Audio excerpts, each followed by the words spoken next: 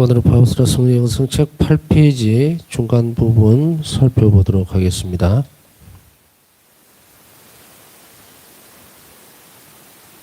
파우스라 성령은 성책에 대한 사랑뿐 아니고 자베 성모님에 대한 사랑도 아주 또 신심도 특출을 했었다고 말씀을 드렸습니다. 근데 수도 생활은 계시와 환시, 숨겨진 성은, 신비적인 방법으로 그리스도의 순환에 참여함, 인간의 영혼을 읽음, 예언의 선물, 그리고 신비적인 약혼과 결혼이라는 진귀한 선물들로 가득하다. 이 부분을 이렇게 보면서 파우스라 성령이 참 부유했다는 것을 느낄 수 있겠죠. 너무도 많은 선물들을 가지고 있었죠. 근데 이게 이 부분이 우리 구원과 연결이 되어 있지 않는 부분이라면, 예수님 구원 사업과 연결이 되어 있는 부분이 아니라면, 혹은 다시 이야기하면 우리 영원한 삶과 연결이 되어 있지 않는다면 무슨 소용이 있는가 하는 거예요. 사실 이게 우리로 봐서는, 이 그리스도인들로 봤을 때는 정말로 놀랍고 정말 상상할 수 없는 그런 은총의 선물들인데, 하느님은 외부의 사람들에게 이런 부분들을 준다 그러면은, 글쎄요, 이게 그렇게 탐나는 부분이 될까, 선물이 될 건가, 그런 물음표를 한번 던져보긴 했습니다. 그렇지만 파우스라 성령에게 있어서는 이런 풍요로운 선물들이 우리에게 시사하는 바가 굉장히 큽니다. 무엇을 의미하느냐면, 우리 자칫 잘못하면 열매만 추구를 하는 경우가 참 많거든요. 신앙생활 안에서. 그것 쫓아갔다가는 낭패를 봅니다.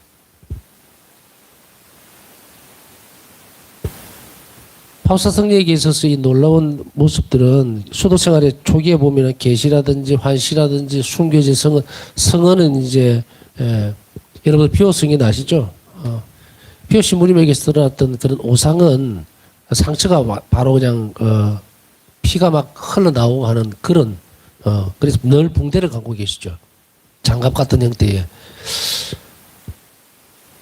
그런 형태가 아닌, 외견상 보면은 전혀 흔적이 없어요. 그러나 이 성언은 바로 오상을 이야기하는데, 이기에 대한 고통만 그대로 전달이 되는 거예요. 파우스라 성령에게. 바로 이 오상이라고 하는 것을 우리는 선물로 볼 수 있을까? 아픈데 상상을만 해도 끔찍하죠. 그 아픔이라는 게, 우리가 무슨 바늘에 약간만 찔려도 너무 따갑고 아프고 정말 신경 쓰이고 그러잖아요. 근데 그 대못이 이 손바닥을 뚫고 들어갔다고 생각해 보세요. 이게 무슨 실제적으로 이게 못을 박으면서 근육이라든지 뼈를 피해서 그렇게 막 세심하게 보고서 박습니까? 아니거든요. 그리고 또 우리가 생각하고 있는 그런 못의 형태가 아니거든요. 지금 우리가 못 이렇게 머리 떠올리면 동그랗게 생겼죠. 원통형으로 뾰족하게 생겼죠. 원형으로. 근데 이때 당시에 쓰던 못은 동그란 못이 아니고 각이 적어 있단 말이에요. 사각형으로. 정확한 것은 아닙니다. 그렇죠. 각은지가 있어요. 동그란 원형은 아닙니다. 그래서 그것을 박을 때는 면적이 넓어지죠. 넓어지고, 그 다음에 이것이 어떻게 됩니까? 손바닥에 십자가에 박히다 보면은 어떤 형태가 드러납니까? 저렇게 나중에 체중이 실리게 되죠. 체중이 실리면 어떻게 됩니까? 몸이 앞으로 나오죠. 그러면은 못이 빠질 수 있죠. 그래 어떻게 합니까? 여러분들 패션 오브 크라이스트 보시면 알겠고, 제가 이렇게 자세하게 한번 묘사를 해보는 거는 지금 사순시기라서 그런 면도 있습니다. 사실은. 패션 오브 크라이스트도 나오지만 이 십자가를 다시금 뒤집죠. 얌전하게 들어서 이렇게 놓습니까? 아닙니다. 그대로 들어서 패대기 치듯이. 그러고 난 뒤에 뭘 합니까? 이 뒤로 튀어나온 못이 앞으로 빠져나가지 않도록 또 두들기죠. 뒤에서 휘게 만들어줘. 그래 안 빠지니까. 우리가 예수님의 순환을 묵상한다는 것은 어쩌면 이렇게 좀 디테일하게 세부적으로 이렇게 묵상이 들어가야 됩니다. 그래서 제가 말씀을 좀 첨언을 한 거예요. 순환의 신비에 대해서 묵상할 때는 순환에 대해서 묵상할 때는 이렇게 접근을 해야 됩니다. 그냥 십자가에 못 박히셨구나. 그 이면에 그 십자가를 못 박히시는 그 모습이 어떤 것이었는지 우리는 여러 가지 재료를 통해서도 알고 있죠. 재료를 통해서도 알고 있지만 그것을 좀 더 발전시키는 것은 우리가 예수님과 관련되어 있는 특히 순환의 신비와 관련되어 있는 부분들을 묵상하려고 마음을 먹으면 즉시로 성령께서는 우리에게 길을 비추어 줍니다. 전에도 말씀드렸지만 묵상하고 명상하고 차이점을 이야기했지만 묵상은 우리가 하나님과 관련된 부분들이죠. 그걸 하게 되면은 성령께서 움직이시는 거예요. 빛을 비춰주시죠. 이게 약하게 왔느냐 혹은 강하게 주어지느냐에 따라서 다릅니다만은 그것은 그릇의 크기예요. 그래서 크기라는 게 뭐 똑같이 뭐 같은 면적을 비춰줄 수는 없잖아요. 그러니까 그 우리가 잘 준비하고 묵상을 하는 태도, 묵상의 태도라고 하는 것은 그냥 앉아서 지금부터 묵상해야지 하고 하는 그 부분만을 얘기하는 것이 아니라 그 묵상이 되기 위한 전 단계, 하루의 삶을 어떻게 살아왔는지에 따라서 그 사람의 그릇이 바뀌게 됩니다. 그 영혼의 준비가.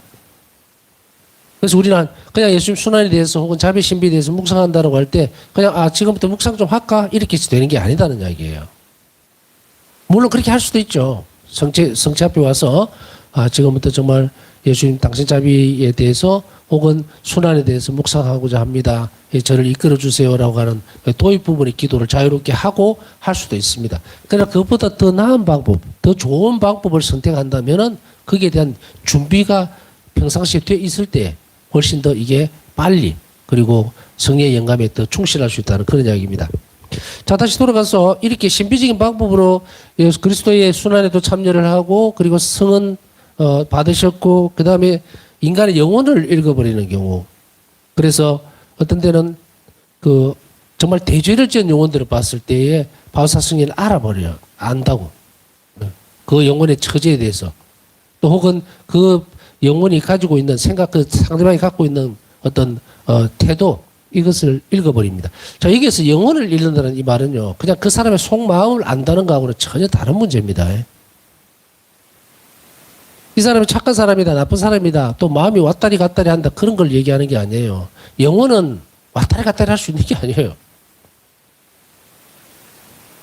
이거를 지금 뭐 길게 설명할 수는 없지만 마음은 우리가 싱숭생숭할 때도 있고 쉽게 얘기하면 이렇게도 변했다가 저렇게도 변했다가 막 이러니까 색깔이 여러 수만 가지로 나올 수 있죠. 그래서 그 사람 마음이 착한 사람이 됐을 때 그 착함이라는 게 뭔 기준에서 말하는 겁니까? 수없이 많은 행동들을 그냥 취합해서 착하다, 선하다 이렇게 표현을 할 수 있겠죠. 그 다음에 저 사람 마음은 참 온유하다라든지 이런 식으로 드러나는 부분들이 있죠. 아니면 저 사람 참 마음이 못됐어 이렇게 얘기할 수도 있고요. 그러나 영혼은 안 그래요. 영혼은 악하냐 선하냐입니다. 하나님께로 기울어질 다시 얘기하면 성총 상태에 놓여 있으면 선한 거예요.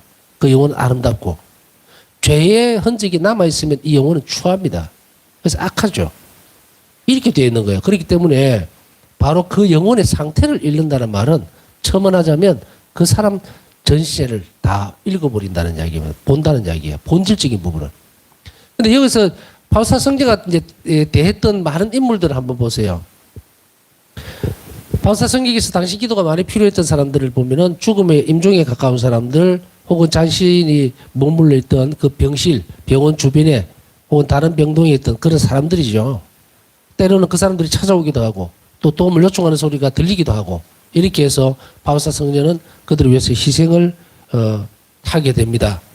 그러나 거기에서 보면은 영혼에 대한 것을 읽는다는 이 말은 아까 얘기했듯이 그 사람의 기준치를 판단하는 그런 부분이 아니고 구원적 가치에 대해서 이 사람이 언총 상태에 있는지 없는지 하나님에게서 멀어졌는지 안 멀어졌는지 이런 것을 읽어버린다는 이야기예요. 아니면 악에 푹 빠져 있는지 이것은 마음으로는 표현이 안 돼요.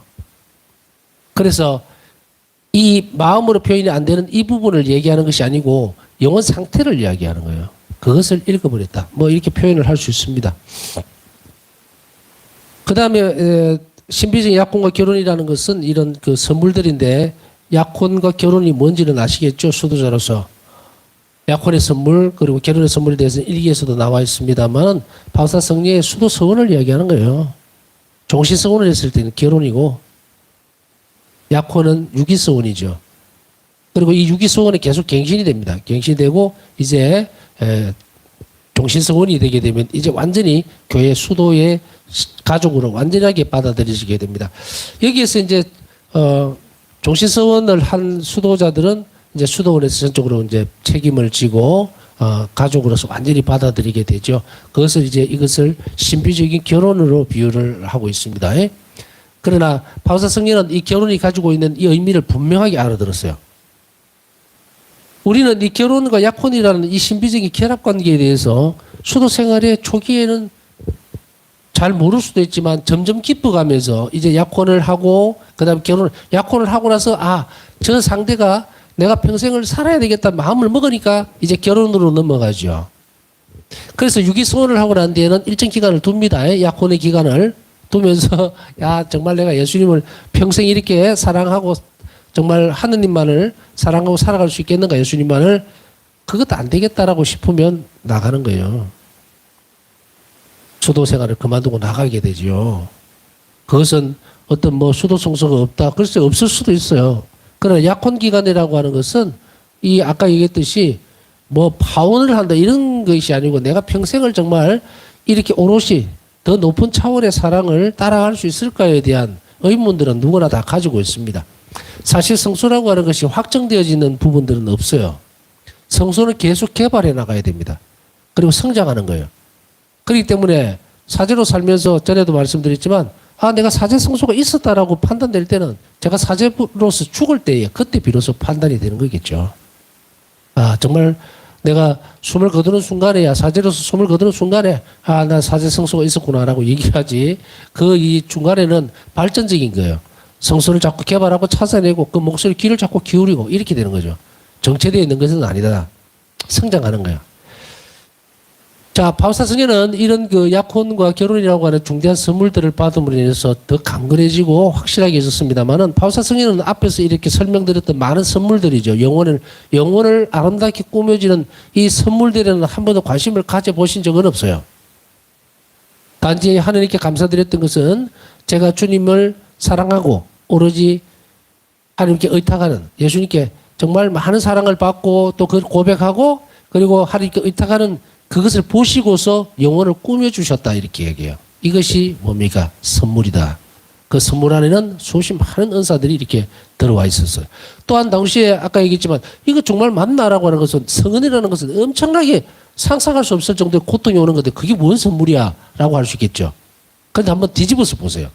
사람이 감히 어떻게 예수님께서 하느님이신 분이 당하셨던 그 고통에 똑같은 고통에 동참을 할 수 있다. 이게 너무 놀라운 초대 아닙니까? 정말 엄청난 초대죠. 그래서 순교라는 것이 가장 높은 가치를 지닌다는 것이 그 말이에요. 생명을 다하는 그 순간 예수님과 같아질 수 있는 것. 거기에 인간이 정말 별 볼 일 없는 생명을 그거 영원한 생명에 보태어버리는 너무도 놀라운 신비가 순교예요. 그렇다면 우리는 다 순교할 수는 없죠. 순교할 수는 없지만 그러나 우리는 고통을 통해서 예수님과 결합될 수 있는 이게 여러 가지 방법 중에 하나라는 것보다는 모든 것들은 다 이 고통으로 결집이 됩니다. 그래서 고통 없이는 부활이 없어요. 아무 고통도 없고 지내는 사람들이 어떻게 예수님을 닮을 수가 있겠어요? 예수님은 딱 보면은 자비라고 하는 것 자체가 십자가인데 자비라는 것 자체가 십자가예요. 십자가 없이는 자비로울 수가 없어요. 내가 무슨 돈이 많고 돈이 남아 도니까 일부를 덜어서 준다? 그게 자비로운 일입니까? 아니에요. 그냥 선심 쓰는 거라고 얘기하죠, 우리는. 많으니까, 넘치니까.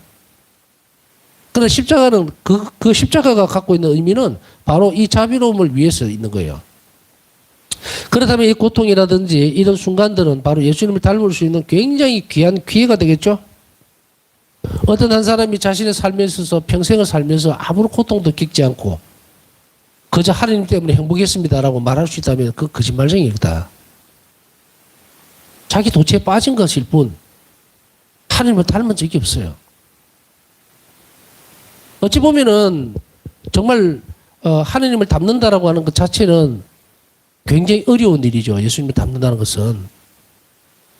그러나 우리가 그 안에 표시가 나지 않는 부분들도 있다는 것은 인정해야 됩니다. 왜?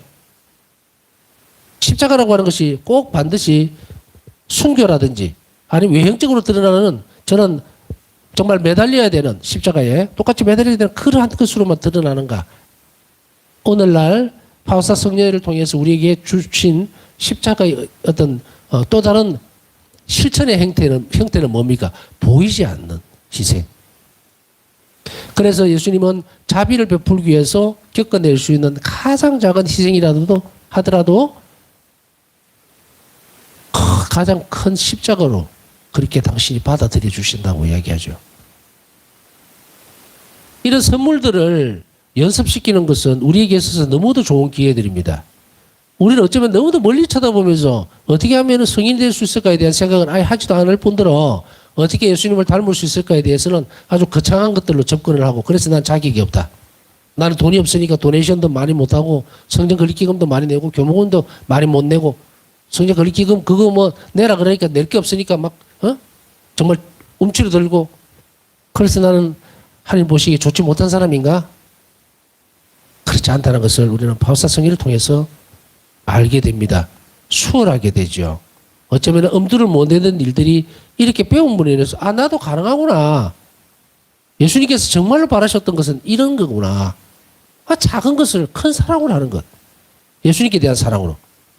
이것만 지켜진다면 내가 하는 그 행동의 가치는 완전히 바뀐다는 거예요. 초월적인 가치를 지니게 됩니다.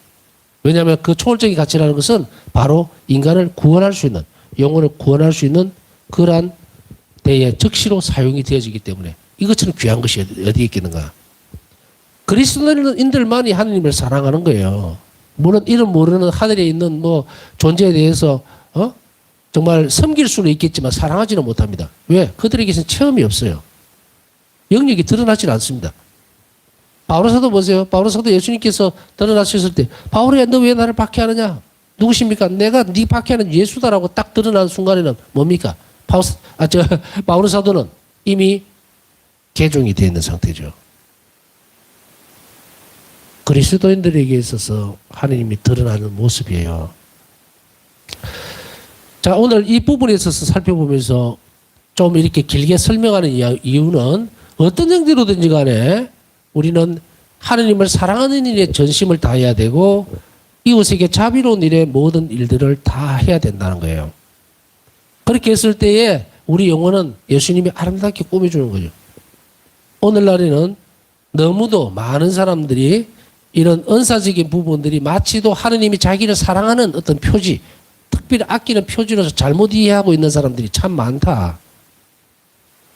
특히 우리 교회 내 말고 다른 쪽에서도 그래서 잘못되어 가는 거예요.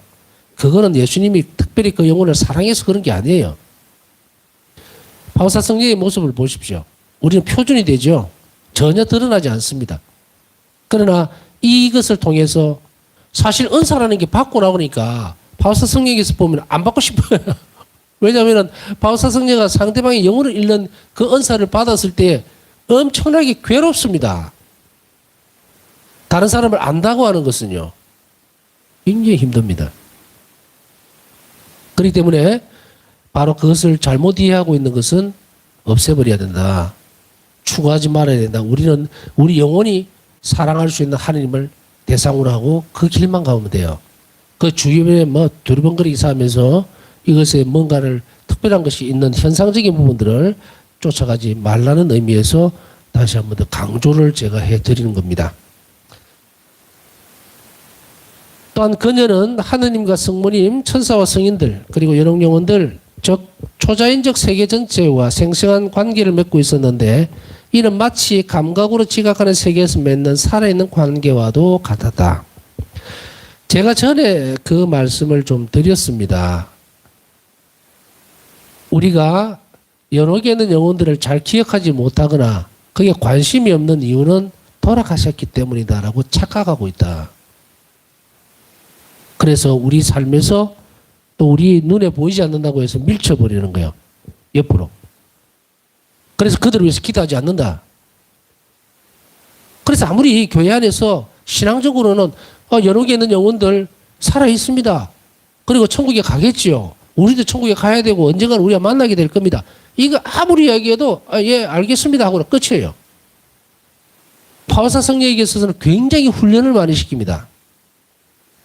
어떤 훈련을 시킵니까? 쉬는 시간이라도 연옥에 있는 영혼들 위해서 기도하라고 하죠. 그 짧은 시간이라도 항상 잊어버리지 마라. 그 왜?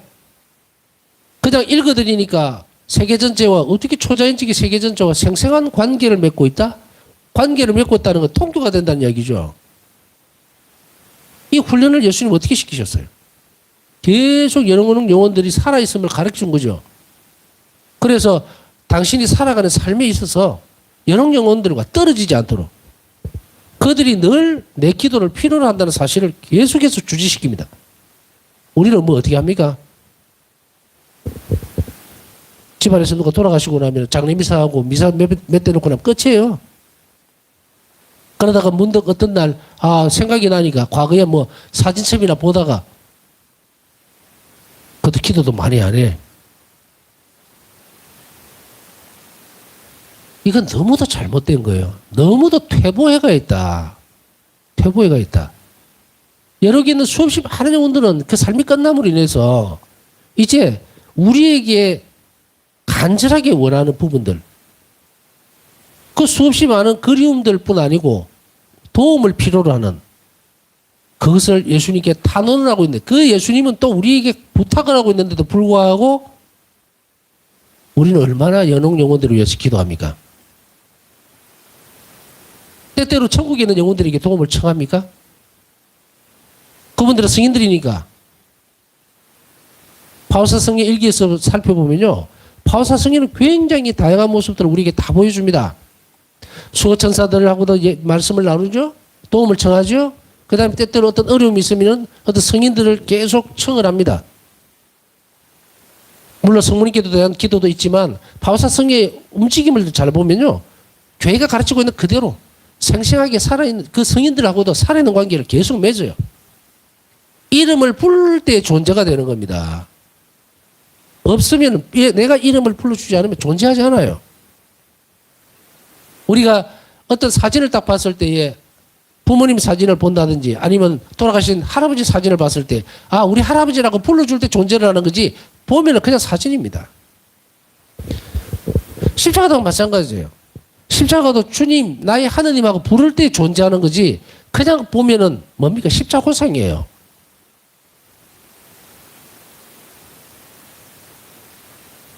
우리가 살아있는 삶을, 살아있는 신앙을 살아내려면 이런 생생한 관계와 체험들을 해야 되는데 체험이라고 하는 것이 아까 얘기했듯이 특정한 사람들에게만 주어지는 것 그거 아닙니다. 길은 똑같이 나 있어요. 영혼이 체험할 수 있는 길은요 똑같습니다. 단지 그 영혼이 하나님의 사랑을 더 많이 받고 많이 열려 있느냐 적게 열려 있느냐의 차이지 걸어가야 할 길은 똑같다는 말입니다. 우리가 사람으로 치면은 키가 180 되는 사람하고 저하고 같이 걸어간다면 누가 빨리 가겠습니까? 평범하게 그냥 걸어도 180 되는 사람이 장신이니까 다리 길이가 길겠죠. 그런 조건적인 부분들이 있을 수는 있지만 가야 되는 길이 똑같다는 이야기예요. 그런데 이런 것들을 하지 않으면 이런 상황들을 인지하거나 배우거나 실천하지 않으면 여기에서 계속 바오사 성령의 영성을 배우는 이유는요, 훈련시키는 겁니다. 이거는 훈련 교본이에요, 교본. 이거 뭐 듣고 그냥, 묵상하고 이게 되는 게 아니고, 한 발을 걸어가라 그러면 발을 떼야 되고, 두 발을 걸어가면 두 발을 걸어가야 해요. 여기서 바오사 성령에게 있어서 성모님이라든지 천사와 성인들과 생생한 관계는 그들을 계속 기억하고 불렀다. 잊지 마십시오. 불러야 존재한다고요. 실제화된다는 이야기예요. 내 수호천사에게 오늘 하루 정말 잘 지켜주셔서 감사합니다라고 할 때 그 수호천사와 나와는 관계가 맺어지죠. 수호천사를 실컷 여러분들에게 다 이렇게 뭐 준다는 표현은 좀 그렇고 하여간 수호천사들이 여러분들에게 다 있죠. 근데 한 번도 안 불러봐요. 안 부르면 어떻게 되겠어요? 내가 태어나는 순간에 나를 지켜주기 위해서 수호천사가 나와 함께하고 있는데 평생 죽을 때 눈 감을 때까지도 수호천사가 있는지도 모르고 죽어버리면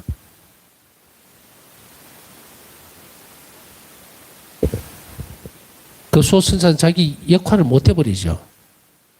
우리를 도와주려고 있는데도 불구하고. 자, 이렇다는 이야기예요. 그렇기 때문에 우리가 바우사 성녀가 지옥과 연옥과 천국을 다 갔다 왔던 이유는 뭐냐면 생생한 관계 때문에 그런 거예요.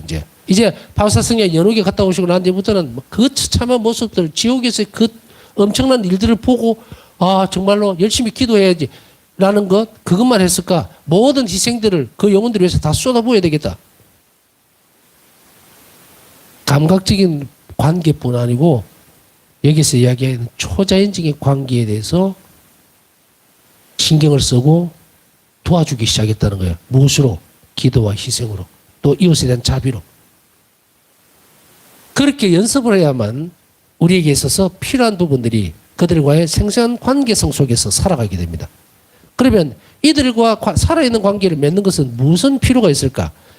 이 살아있는 관계를 느끼는 사람일수록 예수님의 구원사업, 하나님의 구원사업에 깊숙하게 관여를 합니다. 왜냐하면 하느님은 천국과 연옥과 이 지상교회의 주인이기 때문이에요. 같은 주님이기 때문에. 그렇기 때문에 바로 예수님께서 하시고자 하는 이 일은 마지막에 연옥에 있는 영혼도 천국으로 불러들여야 될 거고 지상에 살아가는 이 사람들도 지옥에 가는 사람은 어쩔 수 없지만 천국으로 데려가야 될 사람. 이 구원사업이거든. 그래서 바우사 성령에게는 이런 부분들을 계속해서 가르칩니다. 이 가르침은 우리에게 가르치는 거예요. 쉬는 시간에 또 아니면 짧은 연도를 바친다든지 아니면은 하여간에 어떤 형태로든지 간에 이 죽은 영혼들, 돌아가신 영혼들, 연옥 영혼들 그들을 기억하라는 이야기입니다. 그래야만 관계를 깊이 할 수 있고 이것이 우리가 자비를 깊게 하는 큰 요소가 되고 하나님과 일치하는 길에 있어서는 아주 빠른 지름길이 되기도 합니다. 왜? 예수님과 같이 그 짐을 들고 가고 있으니까. 이런 부분들이 있을 때에 결국은 구원 문제에 깊숙하게 들어가게 되고 우리는 연옥 영혼들을 위해서 어마어마한 자비를 베풀 수 있는 기회를 이 땅에서 만들어낼 수가 있어요. 그래서 앞에서 설명드렸듯이 돌아가셨다 혹은 뭐 어떻다 내 눈앞에 안 보인다고 해서 눈을 감아버리면 절대로 안 된다. 예수님은 지금 이 시간에도 간절하게 이 부분들을 우리 각자에게 요구하고 있는 겁니다. 그냥 농땡이 치고 다른 생각 없이 묵주기도나 대충 바치고 그렇게 하지 마라 이거예요. 바우사 성령은 가혹하리만큼 많은 걸 요구를 했는데 그만큼 큰 비전을 영혼을 성장시켰죠. 그게 뭡니까? 너는 한시도 연옥 영혼들 잊지 말아야 한다. 그들을 구원해야 한다. 그게 내 바람이다 이거예요. 그랬을 때 바우사 성령은 예수님의 간절한 바람을 들어주기에 모든 삶을 다 내놨습니다. 그것은 가장 행복한 일이었기 때문에. 하나님을 위해서 희생을 하고 사람들에게 자비롭은 것이 고통스럽고 힘들더라도 그 일을 가는 이유가 뭘까? 그것이 행복하기 때문이에요. 그 행복은 누가 준다? 예수님이 보장을 해준다. 행복이라는 것을 우리가 만들어내고 그리고 형성시키면서 그걸 누리려고 하면 안 돼요. 우리는 하나님이 원하시는 것대로 살아가 줄 때에 그 행복은 뭡니까? 복이거든요, 말 그대로. 이것도 하나님이 부어주는 거예요. 그러니까 하나님이 부어주는 건데 그걸 내가 애써서 만들어갖고 될 문제가 아니에요. 그렇기 때문에 우리가 하나님의 뜻대로 살아간다고 하는 것 그리고 자비로운 삶을 선택한다는 것 그리고 잃어버린 영혼들뿐 아니고 온종일 바우사 성령은 연옥 영혼들을 위해서 하는 모든 일들까지 희생들 전부 그곳에 다 쏟아부었다. 영혼들을 위해서. 그럼으로써 행복했기 때문에. 우리는 참된 행복은 여기에 있다는 것을 빨리 알아듣는다면 우리는 이 일을 지금이라도 해야 합니다. 그래서 이런 의식들을 계속 가져갈 때에 우리는 그 영혼들이 요청하는 것을 마음으로 우리 영혼으로 느낄 수 있고 적극적으로 더 많은 일들을 해나갈 수 있다. 이 말입니다. 살아있는 관계라는 것은 바로 이런 연습들을 통해서 해야 되는데 이것에서 등을 돌리면 우리 또한 순환 공로뿐 아니고 영혼들을 구원하는 그 엄청난 특혜, 은총입니다. 그것에서도 멀어질 수가 있다. 우리가 여러 영혼들에서 기도하지 않는 것, 그거요, 우리 권리 아닙니다. 선물을 내가 칵 내버리는 거예요. 어디 가서 그런 기회를 찾을 수가 있겠는가요? 나한테 지금 주는 거예요, 기회를. 그걸 쪽박 차듯이 차면서 내가 마지막 순간에 천국에 갈 거다? 천만에. 그렇게 되지는 않을 거다. 예수님의 요청을 거절하면서 나는 하나님을 위해서 살고 있다? 내 마음에 드는 것만 하는데. 내 마음에 드는 건. 그 나를 위해서 사는 거지. 하나님 위해서 사는 것은 또 아니었다. 그 마지막 날에 알게 될 때 너무 늦잖아요. 이처럼 그녀는 비범한 은총들을 풍성히 받았지만 이러한 것들이 성덕의 핵심을 이루지는 않는다는 것을 알았다. 그러나 생생한 이런 관계들을 맺으면서도 바로 이것이 성덕의 핵심을 이루지는 않습니다. 이 일을 통해서 얻어내는 성덕의 핵심은 하느님과의 일치예요. 예수님과 하나가 되는 거거든요. 그렇기 때문에 이것은 그것에 대한 도움을 주는 거예요. 이런 연습을 하지 않으면, 이 관계를 계속 발전시켜 나가지 않는다면 우리는 하느님과 깊은 일치, 성덕의 핵심인 그 부분에 이르지 못한다는 이야기입니다. 이것을 알아들은 거예요. 영혼을 완전하게 하는 것은 은총이나 계시, 황홀경 등의 선물이 아니라 영혼과 하느님과의 깊은 일치다. 영혼과 하느님과의 깊은 일치는 그 영혼이 예수님을 닮아야 합니다. 내가 예수님이 되어야 돼요. 예수님의 내가 되는 게 아니라. 그러면 어떻게 됩니까? 영혼의 깊은 일치라고 하는 것은 이 영혼의 활동력은 뭡니까? 예수님이 온 영혼을 인성을 취하셔서 이 땅에 오셨을 때 모든 것을 다 내놓았던 그 영혼의 핵심이 뭐예요? 인간 구원이었잖아요. 자비잖아요. 그렇기 때문에 영혼이 움직이는 겁니다. 그냥 황홀경, 계시, 은총 이게 아니고 눈으로 드러나는 게 아니고 영혼과 하느님이 일치하기 위해서는 바로 예수님이 바라시는 것을 같이 움직여야 됩니다. 그 일치는 뭡니까? 영성치로 오시는 예수님과 하나가 되면서 같은 일을 해야 돼요. 그것이 깊어져야 일치가 이루어집니다. 이러한 선물들은 단지 영혼을 아름답게 꾸밀 뿐이지 그 핵심이나 완성을 이루지는 못한다. 나의 성덕과 완덕은 하나님의 의지와 내 의지의 밀접한 일치로 이루어진다. 일기 1107번. 바우사성녀의 성덕과 완덕이죠. 완덕은 하나님의 의지 그리고 내 의지, 그것이 밀접하게 일치될 때 그럼 어떻게 돼요? 하나님께 온전하게 의탁하고 이웃에게 항상 모든 것을 다해서 자비로울 때, 그때 내가 의지적으로 하는 거죠. 떠밀려가는 것이 아니고 하느님을 사랑하기 때문에 자비로워질 수밖에 없는 것. 이게 내 자유의지예요. 의지적으로 따라가는 것. 이것이 될 때에 완덕에 이른다. 이게 완덕이에요. 다른 곳에서 보면은 바우사성녀가 이런 부분들을 이야기하죠. 앞에서 우리가 좀 배웠어요. 어떤 단계인가.